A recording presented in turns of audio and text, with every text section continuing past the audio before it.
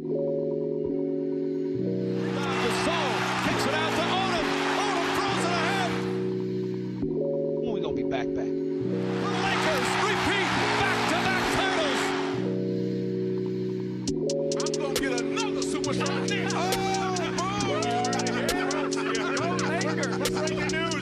And then the next year, we're going to be back.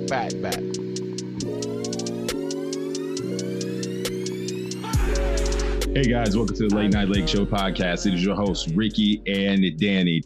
Still in the summer, man. How's your time in the off season going so far, Brody? It's going well, man. Just, headed to LA, went to Southern California last week. Really fun experience covering the Drew League, and we'll get into that. But it was a great time. The summer's going well, and it's kind of weird. We're already in August. I feel like we were in June yesterday. Well, it's a blessing, right? The NBA offseason now, or the NBA season, I guess I should say, extends well through July. And August, the dog days of summer, really just last 1 month, right? Because September football really starts picking up. And wait, Danny, real quick, before we continue, man, I had read something today that kind of broke my heart. Guess Anthony Davis' favorite football team is? It's not the Bears, right? Yeah, dude, right. I wouldn't bring it up if it was the Bears. Don't tell me the Packers. Dog, he's a Packers fan. Wow. That's crazy. Yeah. To all the listeners out there, I'm a Raiders fan. Ricky's a Bears fan. So we have our differences. But still, wow, he's a Packers fan? Jeez. Yeah, I mean, it's the equivalent of being a Giants fan and cheering for the Dodgers, or a Dodgers fan and cheering for the Giants. It's like, yeah.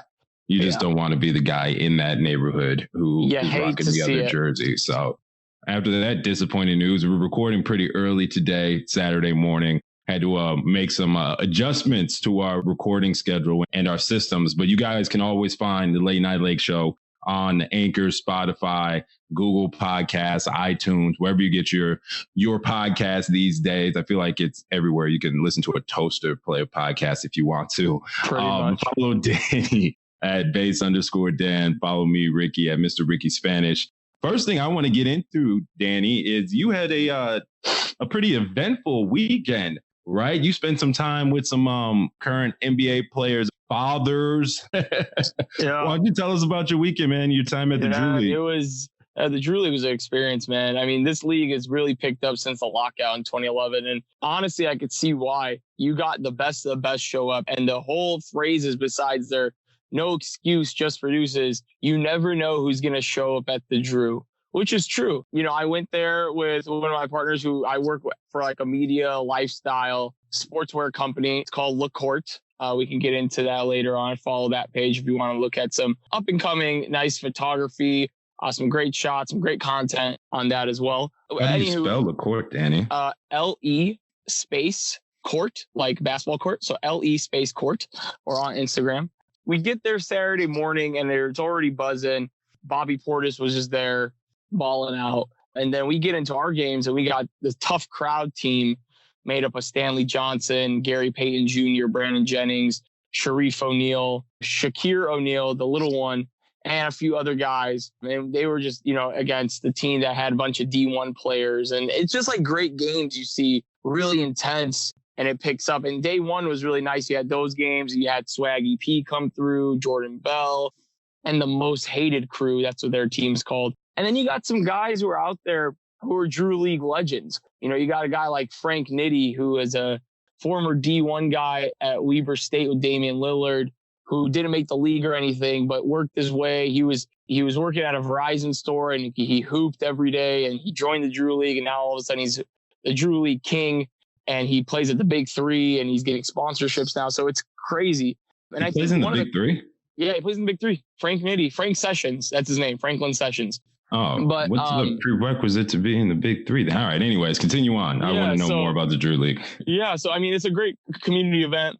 I was in the heart of South Central LA covering these games. And like I said, you never know who's going to show up at the Drew. So the next day, after those great games, the lines are out the door, and we're walking in, like, who's showing up today? Nevertheless, it was the No Schnacks team led by LaMelo Ball. And, of course, you got LeVar, Lonzo, LiAngelo, and you got the whole family. It's a family affair there at the Drew. Came through, chit-chatted with those guys, had a few words with Lonzo, Jello. Shot the breeze with LeVar after no schnacks, blew a lead, and they lost. And he was just like, you can't be doing that, man. Like, you can't be blowing leads. And then I got LaMelo had a great game, but he goes, it don't mean anything if you lose. So it was like a great time. He's been pretty consistent with that message. Yeah, but he's honestly, he's a great guy, really positive, really high spirits. And, he's friends with everyone there, shaking up with everyone. Lonzo and Angelo, really chill vibe guys. But overall, all love. Yeah, it's all love. As far as Lonzo and the reception that he got. And that's the thing, like you got the kids come out and they take pictures of them. You got the guys, the grown guys, the old heads on the sidelines just chatting. And it's just like, it's a great community event to bring everyone together. It's free admission for anyone who wants to go. Just make sure you try to get there early because it will be packed if rumor has it someone will show up. We had rumors that Jason Tatum was going to show up. He was in LA, but he declined his invite. But it was just overall a great experience, great games. And I truly had a great time covering it, taking great pictures, talking to these guys. So anyone who wants to go to the Drew League, it's at King Drew Magnet High School, I believe in Watts, California, South Central LA. You will not regret going to the Drew because you will see some heated battles between NBA guys, D1 guys, all these Pro-Am guys. It is an amazing event. Bro, you were like right there on the court when Brandon Jennings was about to catch a body with the referee. Oh my God. it was, I'm telling you, it's heated. It gets like playoff intensity with these guys, right? It's week 9. The playoffs are around the corner. Brandon Jennings gets a switch on Frank Sessions, and he's trying to go for the steal. So he like trying to rips inside. Referee calls it. 2 seconds later, you see Brandon just lose his top, grab the ball, start cussing, screaming. He's showing all the passion, and Stanley Johnson's on the side like, yo, chill, cool it. Like, bro, this is not even like for real, and you out here. But the thing is, my respect on the line, my reputation on the line. But that's what I'm saying. You might say that it's not, they're not getting paid. It's about hooping, man. Like you pick up your boys against their boys, and you're playing a 5-on-5 game at the Rec. It gets pretty intense, right? When it's a close game. Same thing happening there. That energy went to a referee in the Drew League. I completely understand you get eating, you trying to fight somebody on the court or a fan talking shit, right? Like I get that, but dog, this is street ball with refs, and you mad at the street ball refs. But it's just amazing to watch the true competitiveness of these guys hooping against guys who are like they're not getting paid for this. But they're diving for loose balls. I literally see Gary Payton Jr. try to block he's super athletic, by the way. He's trying to block every single shot. He's diving for loose balls. He handled a jump ball versus a guy who's like 6'9". Like, you know what I mean? Like these guys are going for every ball. They're hustling. So it really shows the true love of the game. That's what I appreciate. That's what's up, man. Yeah, I was looking at your Instagram. Have you thrown the videos and stuff on Twitter? You should do that. I have. Yeah, I threw a couple videos of layup lines and warm-ups and stuff. So I we're getting more of it produced too. Our photographer did a great job capturing some of these photos, man. They look amazing, the quality. So if you guys have a chance, look at LaCourt on Instagram. To all our listeners, check it out, see what you like. Let me know how you like it. If you don't like it, let me know how I can improve it. It was quite a time. Dope. We're going to take a quick break, guys. And when we come back, we're going to do part 2 of our summer series, Lakers New Edition Player Grades. Last episode, welcome to the off season. Go and check that out if you haven't. We broke down the additions of the Lakers backcourt players, point guards and shooting guards. When we get back, we'll break down the small forwards, power forwards, and centers. All right, guys. Welcome back. Danny is out living his life in the culture down there in LA, immersing himself in hoop with the Drew League. I am jealous. I will say that.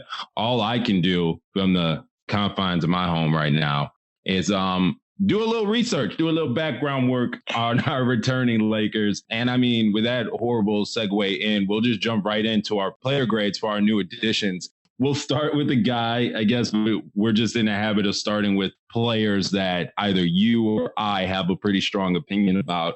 But we'll start with Jared Dudley. I put him kind of on the Ricky slander train a few episodes back because he had a few harsh words for Kobe. I won't revisit that. Jared Dudley's a Laker. It seems like he's pretty excited to being a Laker. I'm interested, though, Danny, where you think his value is going to be for a man who averaged last year. He started, around 25 games for the Brooklyn Nets, and that was probably out of necessity, right? A man that averaged 5 points, 1.4 assists, 2 rebounds. He shot 70% from the free throw line, and he averaged about 1. A guy who is he shot 35% from 3 last year on 1 attempt. Okay. Jeez. I mean, I guess you have to look at this from an angle of what does Jared Dudley bring to the table as far as leadership and all that stuff. So what you think about him? It's just, I just don't even know. Like, when he was on the Brooklyn Nets, he's like the older guy chaperoning the younger guys. Am I right on that? He's just a guy who's been around the league for quite some time, a decent defender, and he'll get in your face. Yeah, I appreciate the type of toughness he'll bring and the intensity and the hype he brings on the bench. I mean, you saw the Brooklyn Nets, that meme gif where all the guys are dancing. How funny is that video? But, it's just like a C- signing. They gave him a 1 year. What did they give him, like $3 million, or was it $4 million? Yeah, they gave him the veteran minimum. Okay. I can live with that. And I just understand, okay, he's a guy who can like talk to Kuzma and try to see what he can work on. He's a veteran head, nothing really special bringing to the offensive table. Maybe when we put him in during some stretches of games where we need to use players for workload for the other forwards. But it's just like a really low C- signing, just, average. Like I said, the cool thing he does bring is a guy who's going to be a good teammate. And he will bring the intensity every game on the bench, hyping people up, doing what he can, because he's all about the team effort, which I do appreciate. I didn't appreciate the comments he made about Kobe, but I do appreciate what he can bring to the table from a hype perspective, from an energy perspective, because people do feed off that. So I would say a C-. Yeah. So Jared Dudley signed a 1 year, $2.5 veteran $1 million contract. Okay. Excuse me, the 1 year, $2.5 million veteran minimum salary contract with the Lakers this offseason, just for the appendix clip notes. Yeah, but I mean, it's funny you brought up his dancing with the Nets. His antics. It makes me think about Danny Green, LeBron. They're gonna have a little bit of a dance crew this year. The only person we're missing. The only person we're missing is the leader of the dance academy, Lance Stevenson, who just signed with a Chinese team in the CBL or CBA. For 1 year. Oh, did he really?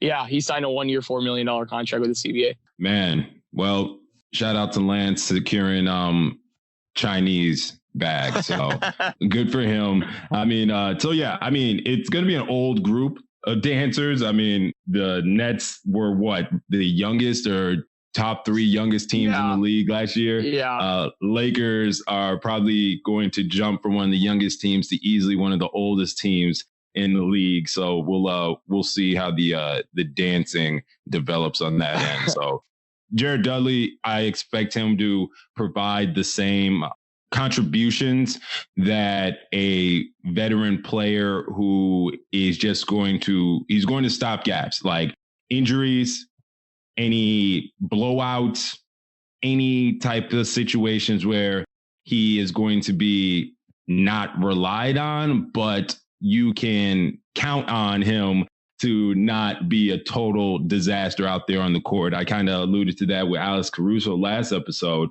You put him out there and you're not going to get fuck up minutes. You know what you're going to get out of him. I love his competitive spirit that he had. You saw in the playoffs last season with Ben Simmons. That was pretty entertaining. That was awesome. He's going to be someone to keep the pulse on the button he's going to be someone to keep the pulse of the Lakers very close. I can see him being, close with the coaching staff, right? Being that kind of connective tissue to make sure that everybody's talking the same language and all on the same page.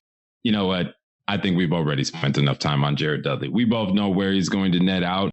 We won't be seeing a whole lot of him this year, which is a little concerning, Danny, because the Lakers are kind of thin in the front court, right? We're looking at players that are on the team, and it's making me feel like I want one more big man on the roster. No, I mean, you can never have too many big front court players, big men on the court, but at the same time, you got Boogie, Cousins, AD, LeBron, Kuzma, Dudley. I mean, that's not bad. You can interchange those guys, different positions. And with today's NBA, with small ball, you can move over a shooting guard to the 3. It's not that big of a deal, you know?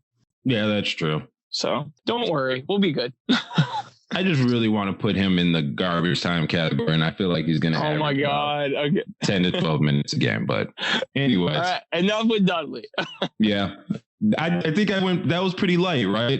There was no slandering in there. No. You should be proud of me. Yeah, I'm actually more really morning shows. Yeah, you're really more tranquil in the mornings. Yeah, is that what it is? Is that the word we're using? Let's move on to a returning Laker. But, by the way, I'm going to give the Jared Dudley signing a solid C, about average. Guys, for the first time, I had a lower grade than Ricky. Just letting you know. Anyway. Well. Next. Yeah, exactly.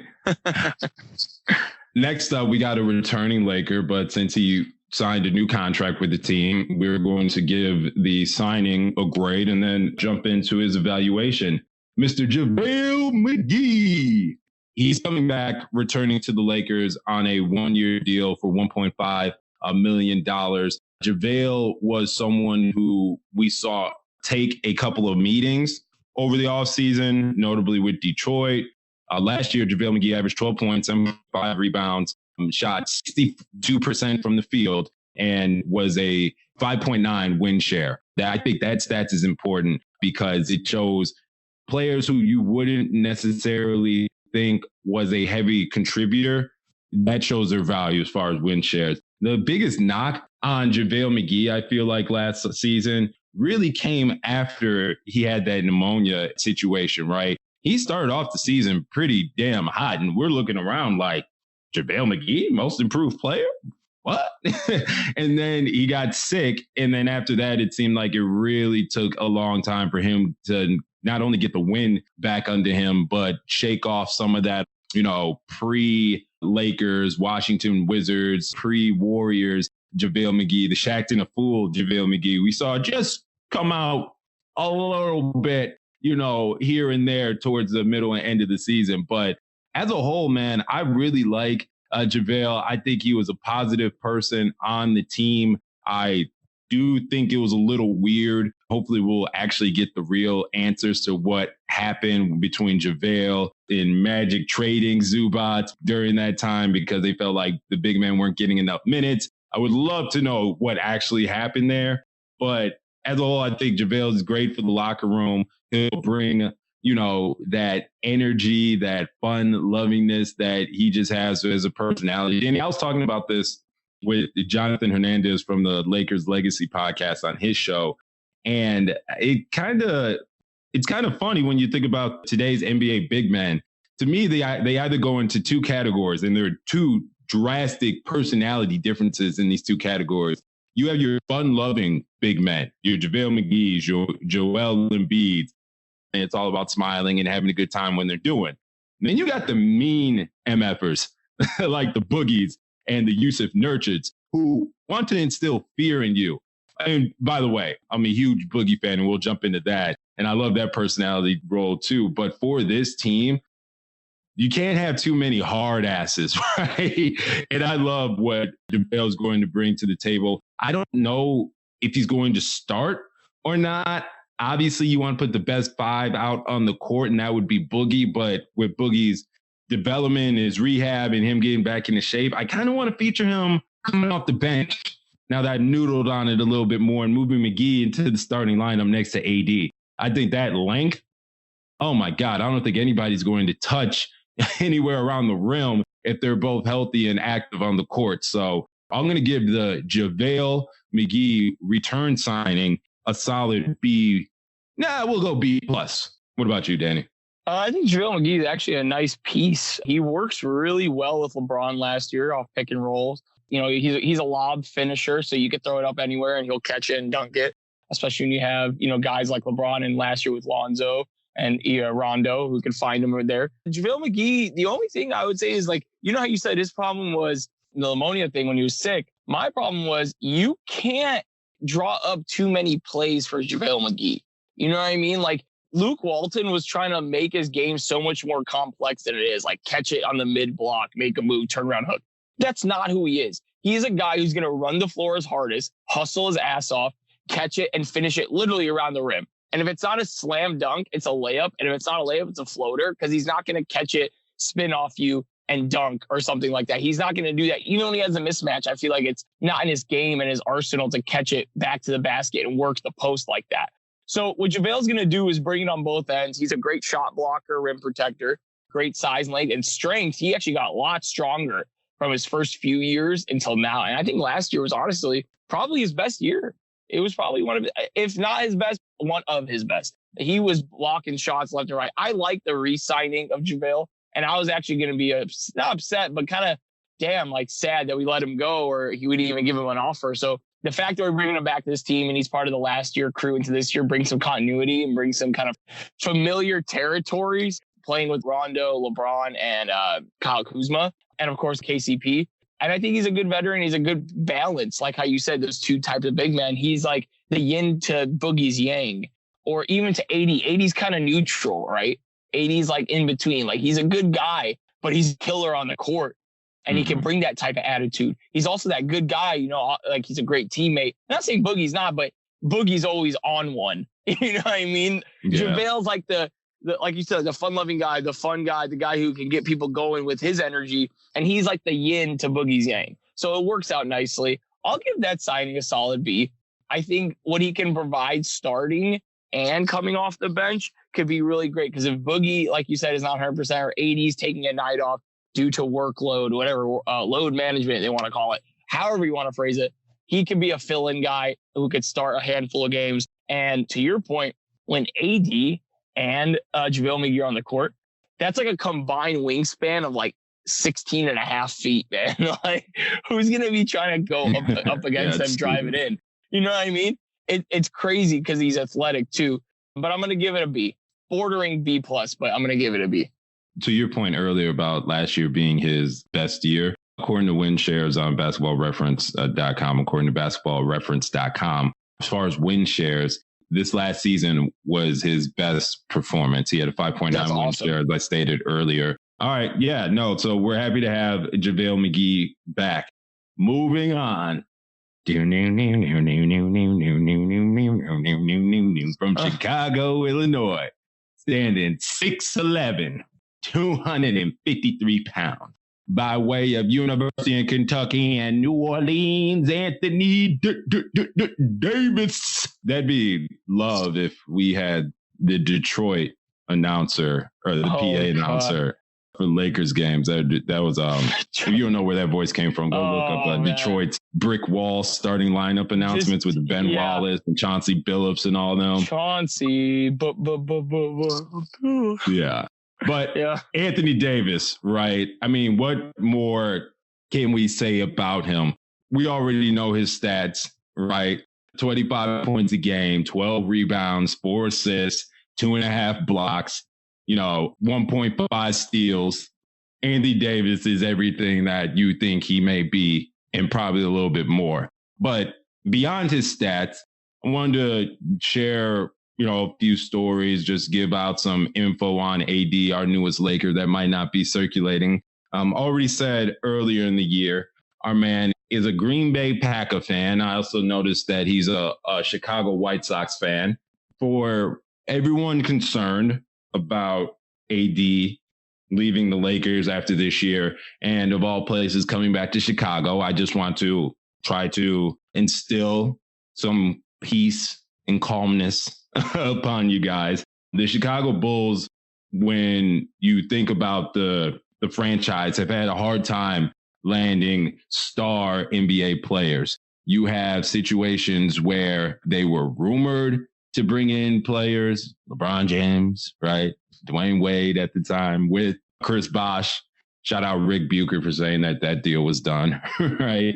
I mean, and then they have the reputation for signing players that are on the back ends of their career to obnoxiously large contracts, the Ben Wallaces of the world, the Carlos Boozers of the world. So when someone says to me that the Chicago Bulls are a viable option to sign Anthony Davis after this year, I'm kind of going to laugh right in their face and not really take it seriously. Do I think that there's a chance that AD ends up a Bull at any point in his career? Yeah, maybe. I don't know. People get all sentimental towards the end of the career and then they go back home and try to. That'd be nice because I could guarantee the Bulls won't be in championship contention until AD is probably, well aged into his career. But beyond that, you just look at the management of the Bulls. Gar and Pax have been atrocious as front office execs. Not to say that the Lakers have been the Taj Mahal of competency over the last year and a half, but I'm just really, really skeptical about any movements going down between Anthony Davis and Chicago. You can have love for your hometown and not go back, right? He grew up actually in a neighborhood that wasn't far from where I went to church, south side of Chicago. He grew up in Inglewood. He had a situation where the school that he went to, Prospect Charter School, they didn't have a gym. They had to go down to IIT, Illinois Institute of Technology, and go play a third gym. He said sometimes they didn't have a functioning backboard. You would probably ask what a functioning backboard means. They had a hole in their backboard when they would wheel in a basketball hoop to their actual school. So they put rocks on top of it. It had no net, of course. I feel like if you hoop without a net on the rim, it makes you stronger as a basketball player. There's something about not knowing exactly where that rim actually is. We was trying to all be young mathematicians as shorties shooting on no rim hoops or no net hoops, trying to figure out the actual right angle to get it in. You had no guidance from the wind or anything. But there was very little resources for AD to sharpen his skills. And I wanted to say that and show a little bit of his background because one, yes, the man did grow 7 inches his sophomore year of high school, but he didn't have the skills training. He didn't have, the circuit of just being with one-on-one in the gym, wonderful court, all the amenities so he could train all day. Nah, he grew up in a shitty neighborhood. Dad had to put a hoop in the backyard in the little space that they had just so he could stay safe and not have to go and hoop at the park. It was a little dangerous if you don't know about Inglewood, right? LA has Inglewood too. It's all the same. But yeah, Anthony Davis, he's going to be an absolute monster. You hear him talk on Jimmy Kimmel in his interview. He sounds like a guy who clearly wanted to go to the Lakers first, got that, and wants to win championships. All this talk about his contract right now is kind of just summertime conversation. I'm going to give that edition an A++++++.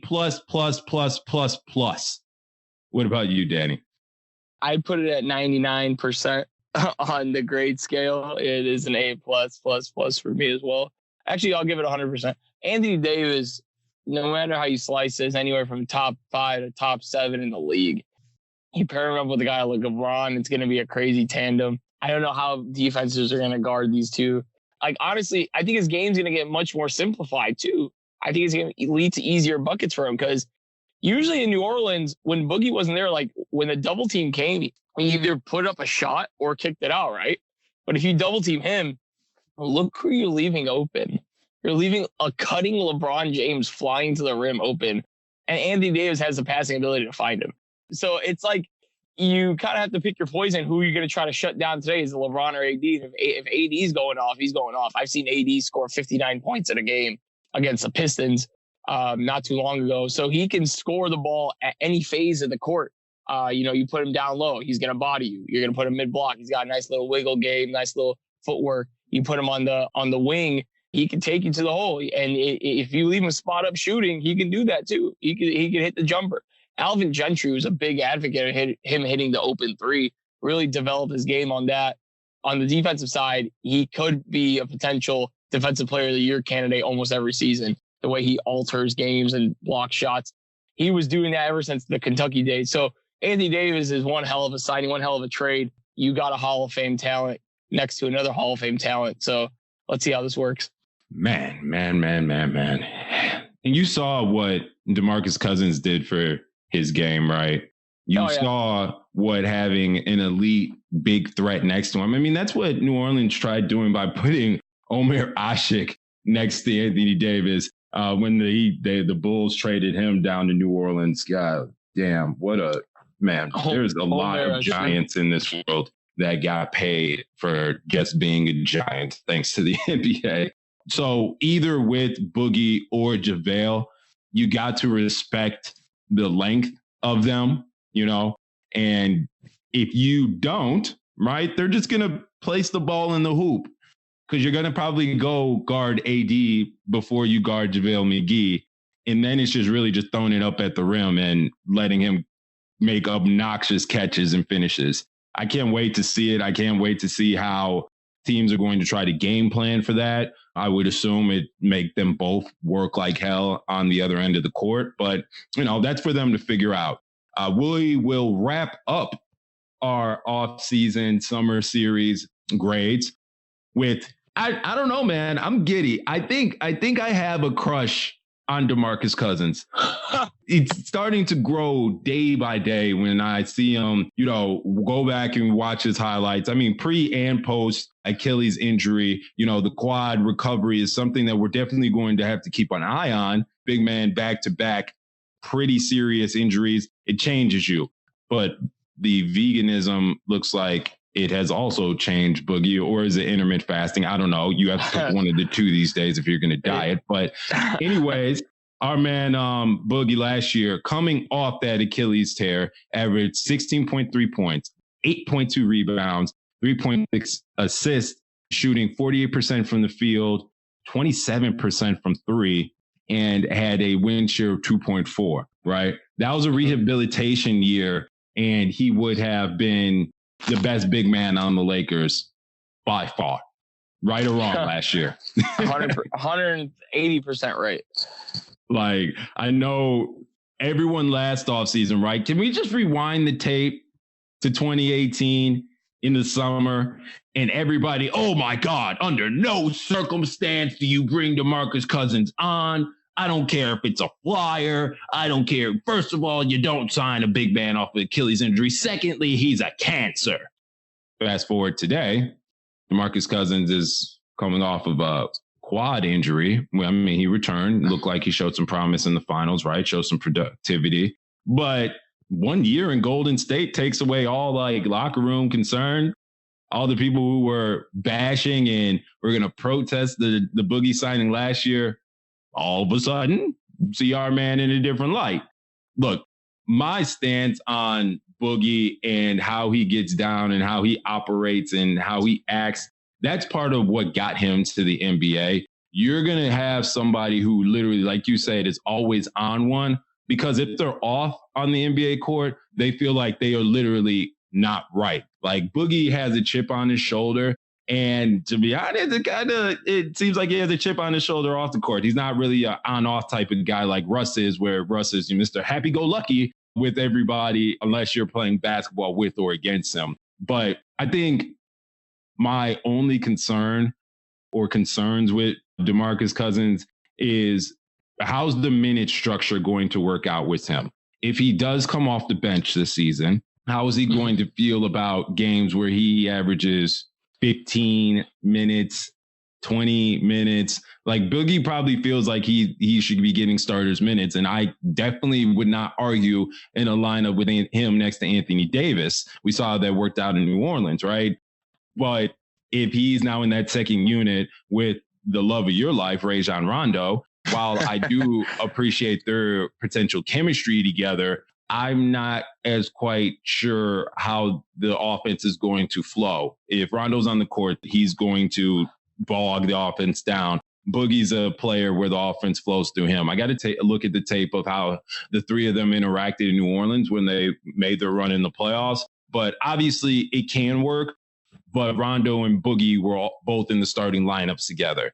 I think it takes a mentality change to come off the bench, especially off the bench of a team that did not make the playoffs, let alone was the current dynasty at the time, right? So there is a little mental health and stability monitoring. I think we will introduce a boogie, Zen meter on the Late Night Lake Show. Just make sure our guy, we'll invite him on. Boogie, if you ever catch wind of this episode, we do have a therapy couch. I've been on it twice. Trust me, it's very, very therapeutic. Danny just really turns into a different person. It's just so dang, spiritual and enlightened when he becomes the therapist. But no, in all seriousness, I really want Boogie to have a fun season this year with the Lakers. If Boogie's having fun, that means the Lakers are very successful. So let's just base it off of Boogie's happiness meter, shall we? Oh, jeez. I'm going to give the signing an A-. That's how much I like DeMarcus Cousins. How you feeling? I love the DeMarcus Cousins signing. I know last year when he was coming off the Achilles, I was like, oh, yeah, like you're saying it's terrible. But Golden State does change a lot of people. It makes you into a winner. It makes you into someone who buys into a team culture and buys into, I play for the guy next to me. I play for the coach. I play for the organization, not just me. DeMarcus Cousins in Sacramento was a great talent, great player. But at times it was just erratic. At times it was just, frustration and all this stuff. And I want to be out and all this. And even though he has love for Sacktown, it was just like they didn't really surround him with any talent. You go to New Orleans and he's having a great year and the poor guy tears his Achilles. Everyone rides him off. He goes to Golden State and potentially wins a ring, has a breakout performance in the finals. And now he's looking at it as a commodity to teams.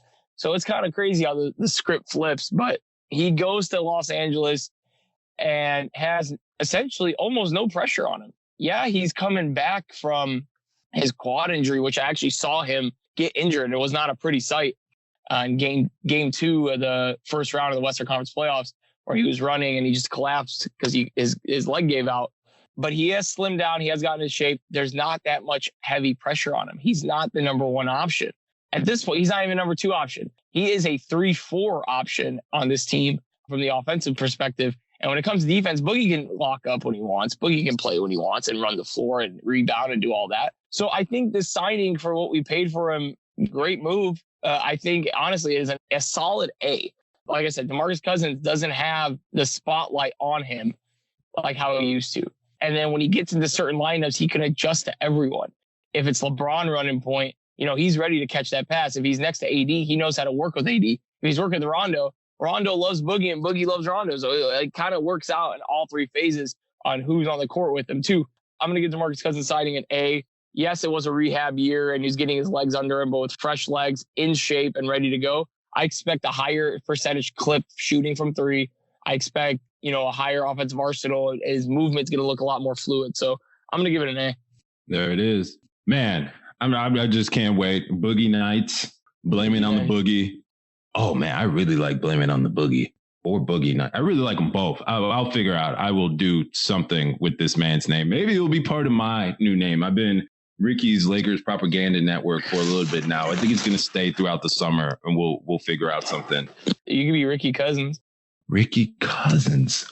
Oh, okay. All right, now we're doing something. Danny, I am so happy you were just, wow. An idea from base Dan. The Lord is my shepherd; I shall not weep.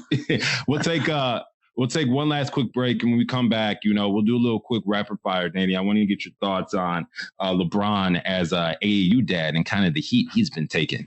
Late Night Lake Show. We'll be right back.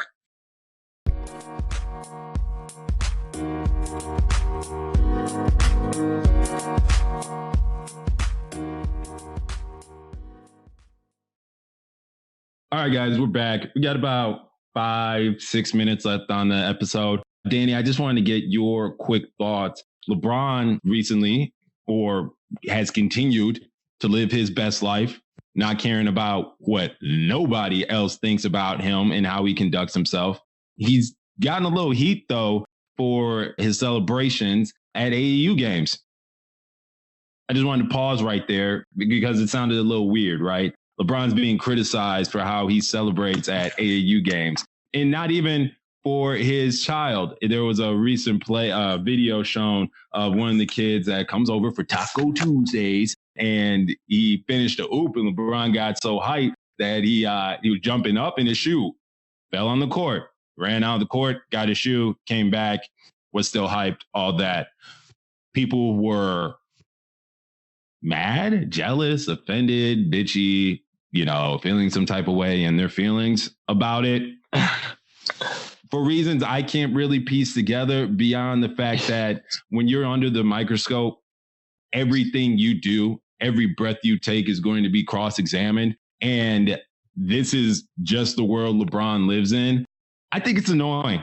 I really think that for people who don't sit there and don't go to AAU tournaments, don't even know where to find an AAU tournament, but seem to have an opinion about how someone should conduct at them. Danny, you were at the Drew League.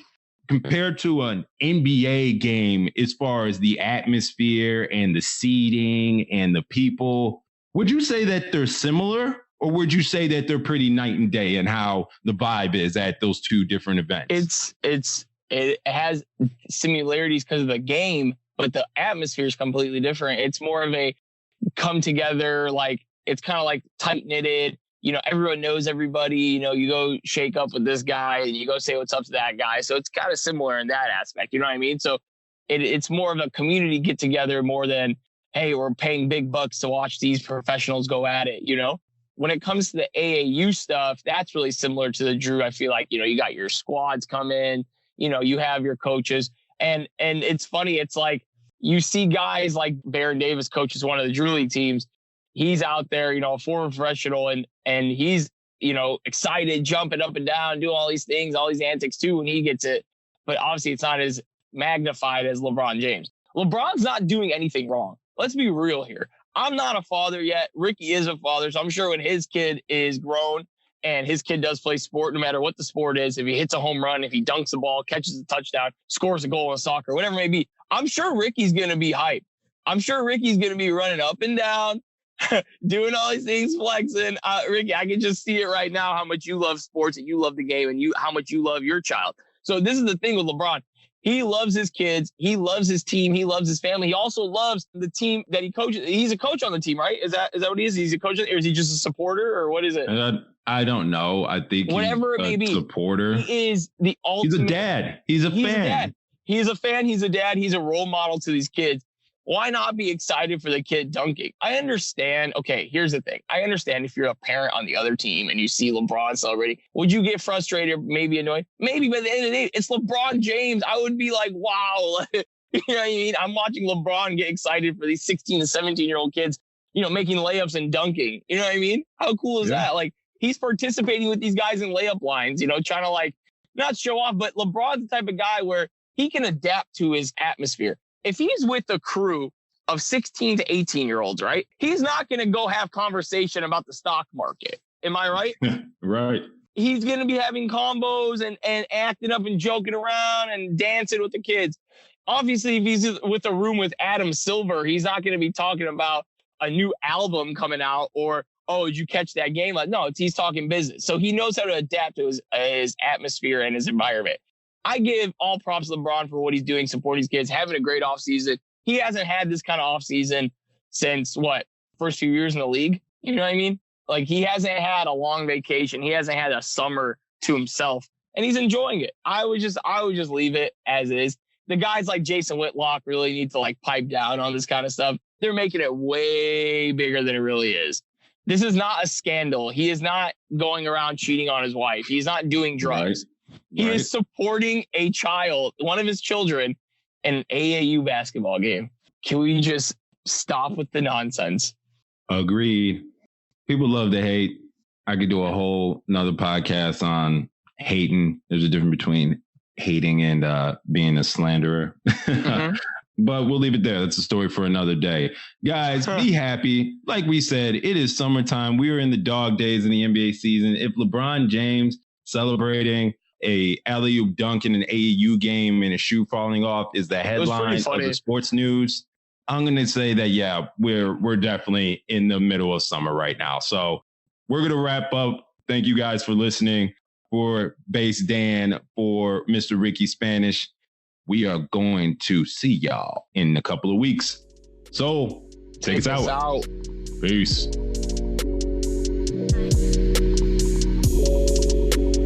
Need my blood to bring another zone, yeah.